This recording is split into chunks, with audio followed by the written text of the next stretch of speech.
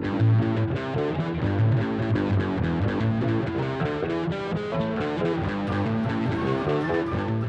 everyone, and welcome to another Dwarven Tavern video.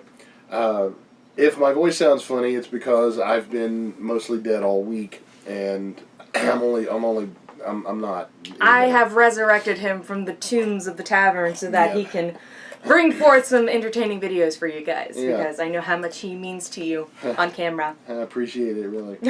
I really do, actually. I'm no joke. But what I want to do here, Lyric got me this Tavern of the Keep, candle from Calliope. Calliope candle. Calliope candle makers.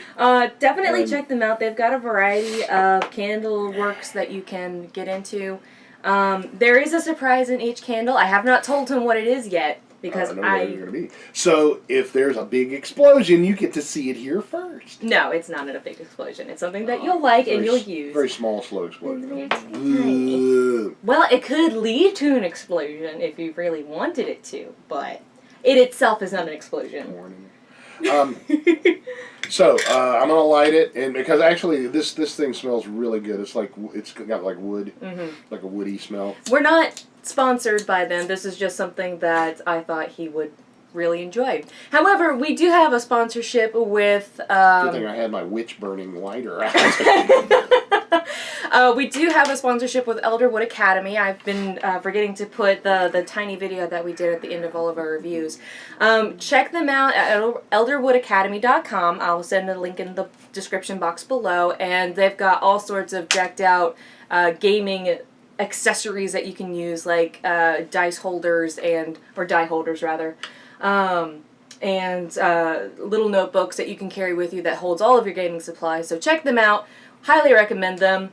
And moving on with the topic of this video. Yeah. Oh, and about the smell. It's the only thing that's kept me from throwing up for the last 15 minutes. So that's a good thing. That helps tremendously. Okay.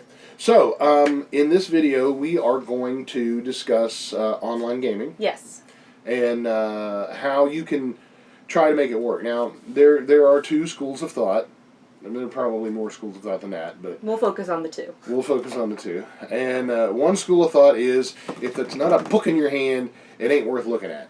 A lot of people, and myself included, are very much attached to the tactile sensation of reading books. It's just a method of someone learning. Like, for me, if I'm reading a book, I have to have the paper and pen copy of it, because when I read it on the tablet, the information just I don't process it as well. And especially with gaming books, the ability to flip back and forth may exert more energy than just, typing in a page number and going to it, but it's that feel, the authenticity of it. Right. Now, having a PDF on a tablet is hella handy for, if you want to have your encyclopedia without dragging a bunch of books. I always drag the bunch of books and a tablet. And it's I believe it's cheaper depending on which book you want to purchase. Yeah, right. You can save some money by getting PDFs.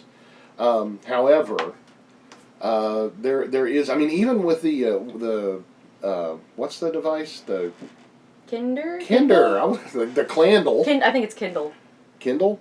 It's not Kinder. It's kindling. It's fucking whatever it is. The Kindle Nook. Whatever. I know Nook. The Nook. Okay, they're designed to have like a paper texture. There is another one out called Remarkable.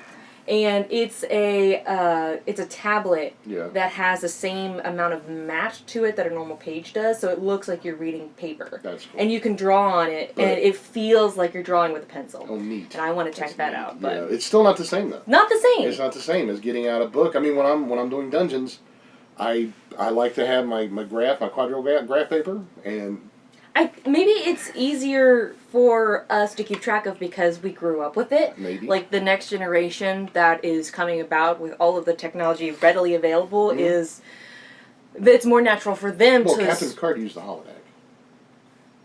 So... Next generation. I know. I got it. The generation that is coming after us is more in tune, pun intended, with technology than we are. Like we're tech savvy. Yeah. Especially like I'm more tech savvy than you are because I actually grew up as a teenager with tech, and you didn't. Well, I have the latest technology. I'm not saying that. I just smelted some copper for my new sword, so I'm up on that job. I'm hip to that groove. Baby. I'm not saying that you're not. I'm just saying that since I grew up with it, I'm a little more inclined to use it compared to you. Absolutely. Well, no, actually, that is also wrong. You want to know why? Why? Because I am one of the few people my age that I know. Well, okay, I'm not talking about us. I embrace the learning curve. I love that learning curve. Well, there's a lot of people that aren't like us in that they are just accept the fact that technology is way beyond their level of comprehension. Absolutely true. I've taught a lot of computer classes with my my degrees in education and stuff, and I have taught a lot of classes to older people who are horrified. They're afraid that they're going to touch something and that something's going to break, and then they touch something and something usually does break. And I had a student who shut down the whole lab, the whole computer lab one time because she moved a Windows file from the server. She said, "What does this do?" Click, drag, move. Okay. Pew. Oh, wow. Everything. So they had to figure out a way. I guess it's also a way of learning by doing rather than learning by explanation. Right. So if you were to tell me what something was, I may not comprehend it more than I would say doing it myself. Yeah. Yeah, I agree, and I agree though that your average older person or your average person my age is probably a lot less the generation receptive. Your generation is a lot less inclined to understand the technology given to them than my generation. Just because my generation was the in between of technology and not technology, like outside and. Like hopscotch and stuff like that. Like I grew up with that until I was about 10 years old, and then technology started to get really big. So I have a little bit of both generations. Right. Like I'm the in between. Right. So the generation that comes after us, my children, they're gonna blow us away with their tech savviness. Yeah. So that's why online gaming is so intimidating to, I guess, your generation. Yeah. That's not saying that we're not smart. Oh, bubbles. Oh, bubbles. It's bubbling. We're not smart. Bubbles. It's not that at all. It's just that there's with most. It's a different curriculum. All right, I'm smart on the computer. I may not be smart vocally. I write better than I talk myself. Yes. So it's not saying that we're not. I mean, we're not saying that his generation is incapable of learning how to do it. It's just that it's a little more intimidating, and therefore they don't tend to do it. Right. So online gaming, the reason that this is a topic for this video is because since I've moved down south, we're 7-8 hours apart now, and the ability to game is becoming more and more difficult. Yeah, it's a sad day for Daddy. His girl got swept away and taken down south by her... My boo. her boo. But that's the great thing about technology is that it doesn't feel like I'm that far away. That's right, because with the proper technology, she can annoy me from anywhere in the planet. That's the third daughter's job, is to annoy from anywhere on the planet. For those of you having kids, yes. Have two. Because 3. They'll take over your business and everything. So,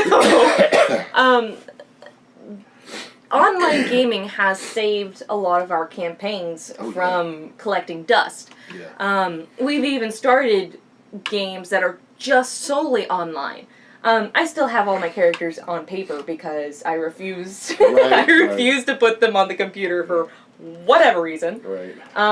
But the fact that I have been down south and he has been up north has almost made the online gaming mandatory in order for us to even If we want to game more than once or twice a year, we have to get online to do it. Okay, so I'm all for online gaming. Whether you like the books or you don't like the books, there are ways that you can emulate the gaming table. Roll20 Mm-hmm. uh, is that's a huge one. That's probably my favorite. That's the main one. That is that's a website you can join for free. You don't have to pay unless you want to. There's some premium features, and it creates a virtual tabletop with camera support, mic support, whiteboard support, Dice, music. maps. There's character sheets if you get I think the premium account. Yeah. Like there's like if you get the premium account, you get a whole new variation of utensils to use that the free account doesn't. So what are the fundamental differences? Just using that print campaign or that program as an example, what are the fundamental differences between gaming with a group in the room and online? The biggest one is that online there is a lot more distractions available to the individual gamers. Yeah. They can be doing other things on their computer, like be on Facebook or Reddit or whatever website is their favorite to go to. Yeah, the dreaded alt tab. Another example would be they. If one person's on the computer and the rest of the gaming group is already, together in person, then the one that's ignored is the one that's on the computer, just because there is a device that's acting as the middleman, and that middleman can be ignored. Right. So, those are two flaws right out the bat. It is a flaw, but... right out the gate, rather. Right out of the bat. Right out of the bat. The bat exploded. Bats don't go cacaw. I was talking about the wooden bat. Oh, the wooden bat. Crack, blah. That's Transylvania baseball team. Blah blah. But the good side of someone being able to be distracted means online. It means that they're not sitting at the table looking at their phone, noticeably uninterested, and distracting other players. So, if somebody alt tabs, their camera's still working, so you can see them going. And nothing's happening in the game, so you can pretty much guess that they're doing something else. And then when you need them, you just holler for them. So to me, that's not that much. It's a double-edged sword. Like it has its cons and its pros. But I feel like the cons they're a little more, they outweigh it just a tiny bit more. Yeah, I agree. When you wash the rice, wash the rice. Exactly. So another problem that I've noticed with us gaming is that me and Taverneer Josh are down in South Carolina, so when we game together, when we use Roll20 with you and Taverneer Ian, we all have to either be on separate computers or we have to set the computer on a coffee table facing both of us. And because the echo from the microphone. Right. It can cause reverb and feedback. Which is just a technical annoyance. And you don't get that when you're just sitting right next to each other. No, you get an actual physical annoyance when you're sitting next to you. Welcome. The cons, I would say, of online gaming is that if you're using the right program, there's not much of a learning curve. It's very simple to learn. Roll20 is extremely easy to use. Yeah. If you don't want to use an online gaming source, you can go on Skype or Facebook calls or even FaceTiming on your cellular device. Mm-hmm. There's many different methods to get around the distance. Except all of those devices and all of those ways to have those conversations are always going to be met with the same difficulties of, the person not paying attention, the feedback, the ignoring the person on the call if there's more than one gamer on one side. Right. So, those are the biggest problems I have found. Mm-hmm. And of course, internet connection and all the basic Internet problems. connection is probably my biggest pet peeve. Mm-hmm. If you don't have high-speed internet and the call gets laggy, and It just ruins the whole Yeah. feel, and the mood is ruined. yeah, it starts getting electronic sounding because We sound like robots playing D&D. It doesn't work. And it's like, oh, you do that, huh? How do you roll for that? How do you roll a 5 or better on a die? Pick one. Pick one, and you'll be fine. But all in all, I've seen various other programs that have come along, and the Roll20, and this is starting to sound more like a Roll20 review, but the Roll20 is the easiest, it's the simplest, it's the most straightforward. It's easiest to get in, even if you just want to quick share a cam and have a whiteboard. Yeah.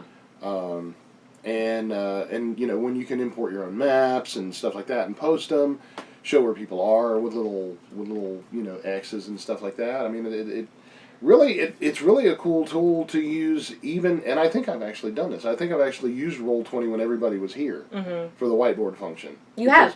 We did that because we started the game on Roll20, and then those two came here. And we continued the game, but all my notes and everything was on Roll20, so I just opened up Roll20 and we continued on. Which is very convenient, that it keeps it all together. And another thing that's really convenient about Roll20 is that you don't need to take anything else with you. If you have all of your, you have all your books on PDF and you have a scan of your character sheet, it provides those things as well as dice and maps and so on and so forth. Yeah. So you can just take your laptop with you and your account and voila, you can game anywhere. Yeah. It can be true if you want to use it on your phone, because your phone, you can look up apps that allow you to roll dice and character sheets and whatnot. There's so many ways to get around the distance that it almost seems silly to be put off by online gaming, because it just opens up a whole different avenue of solutions. Absolutely. Because Ian has a gaming group, and I don't think any of them live within 200 or 300 miles of each other. And they get online and they play, and now granted, the majority of them are out west, so he has to get on at 2:30 in the morning in the game until 7 or 8. Just because of the majority of them are there up in the daylight at that time after work. But it has made games possible that wouldn't have been possible. I mean, it's like you can't invite somebody from Oklahoma. Hey, Lux. You can't invite somebody from Oklahoma to come over and game over the weekend. I mean, you can. Well, you can, but you can't expect them to do it. Right. Well, you can, but you'd be wrong. I mean, unless you plan way in advance, it's not going to happen. Yeah. So it makes, gaming groups that wouldn't normally get together, it makes them possible. It makes travel distance a moot point.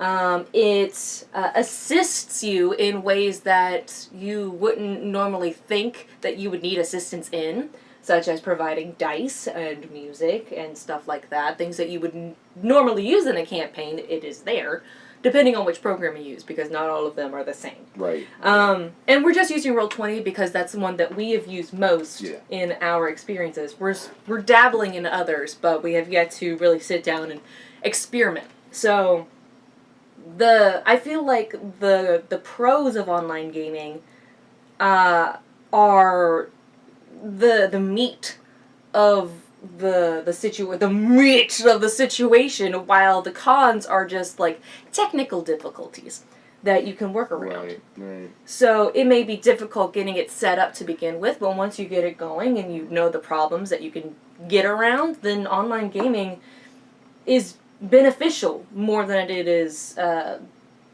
Not. I agree. I agree with that wholeheartedly, because we play games and we keep in touch in ways that we wouldn't have been able to otherwise. And keep games going, keep memories fresh, and stuff like that. So the best way to have an online game, of course, as the Dungeon Master or the Game Master if you're playing a different role-playing game. But as the Master of Ceremonies, you always have to be prepared. Just straight up. You gotta have your maps. You gotta have your NPCs, all of your encounters and all that stuff ready. And you can have them in electronic format or not, because your computer, what's that thing called where you type in stuff? I'm not old.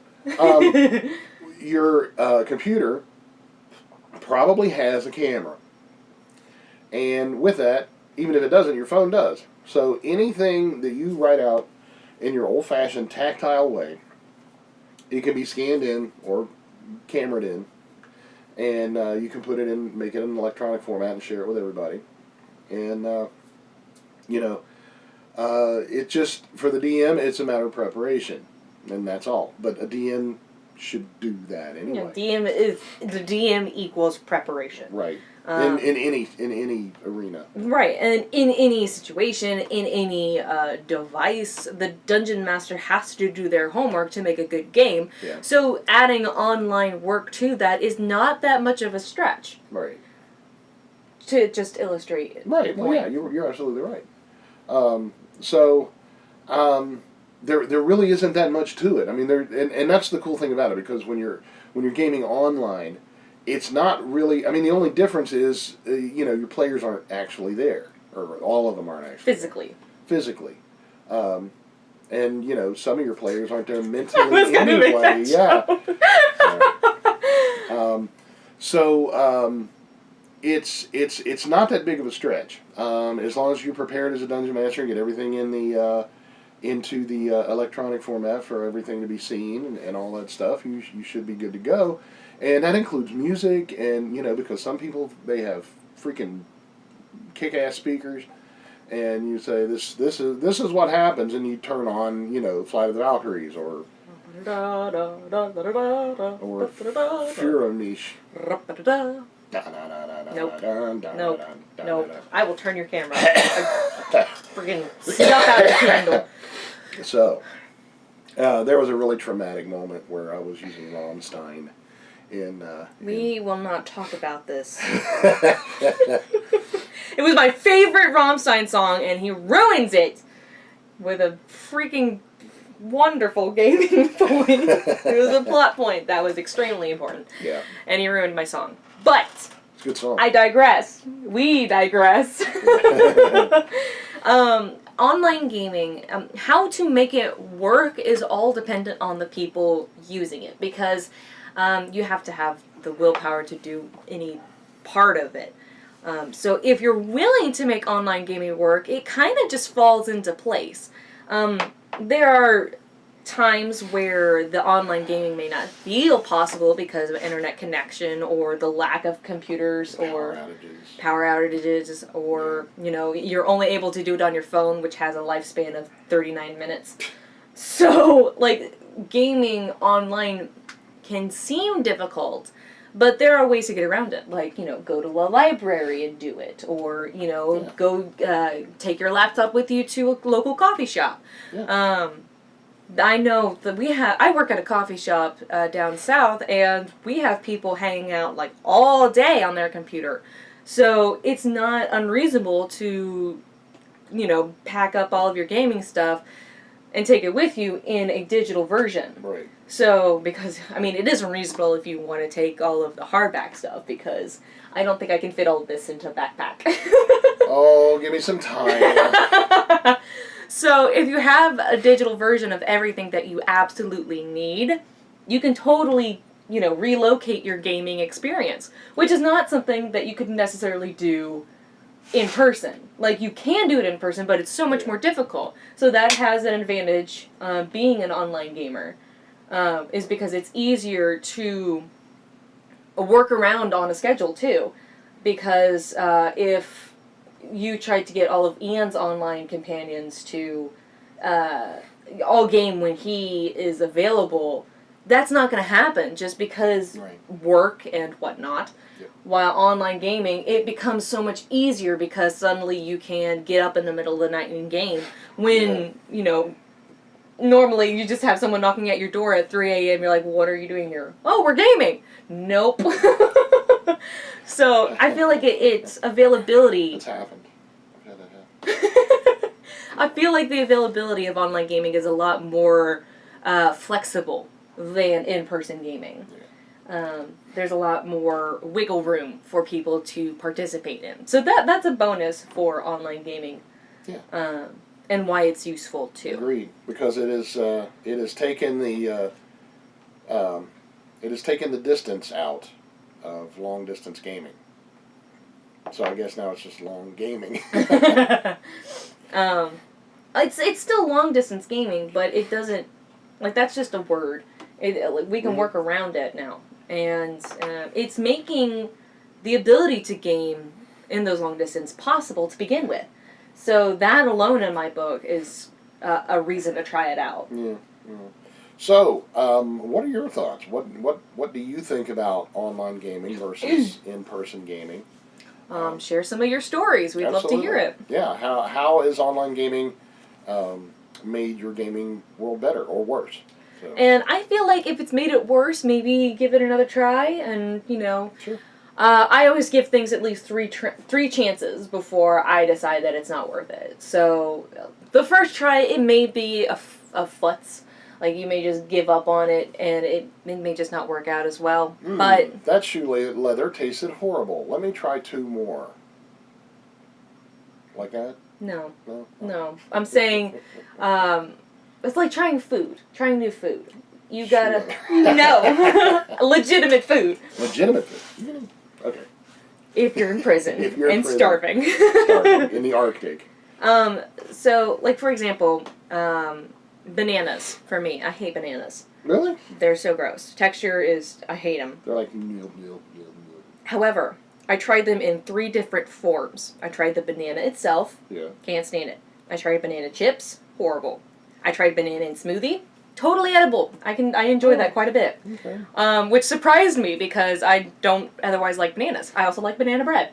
Yeah. Banana bread's awesome. So that's the example I'm using here. No shoe leather. Sure. Okay. Well, is that you give it a try in various forms to see what works and what doesn't. Because just because it doesn't work the first time with one way doesn't mean it won't work a different way. Yeah. So the benefits outweigh the detriments. Right. So. And if you really want to game with someone who is at a long distance, like I want to game with you more often than not, it's worth the try. It's worth the effort and the pain of going through online gaming. Yeah, that little bit of a learning curve's not that big a deal. Right. It's just a tiny bit of a learning curve. The wee last. A wee little bit. A wee little bit of a learning curve. I don't know what happened to that accent. It just went... Learning curve. It was really bad. So... That being said, we would like to hear your stories about it. If you have any tips or tricks that you want to give other gamers, please comment below. We would love to hear that. And suggestions about other programs other than Roll20 or whatever. Because I know a lot of people don't like Roll20 and prefer other programs. Right. I just can't remember any of those programs. Well, there's like business programs like Microsoft Meeting and stuff like that, which is a D&D game is just a meeting. There's one like Go Meet or Go Meeting or something like that. That sounds super familiar. Suddenly had a migraine. That's what happens when I think I get migraines. I'm like, thoughts.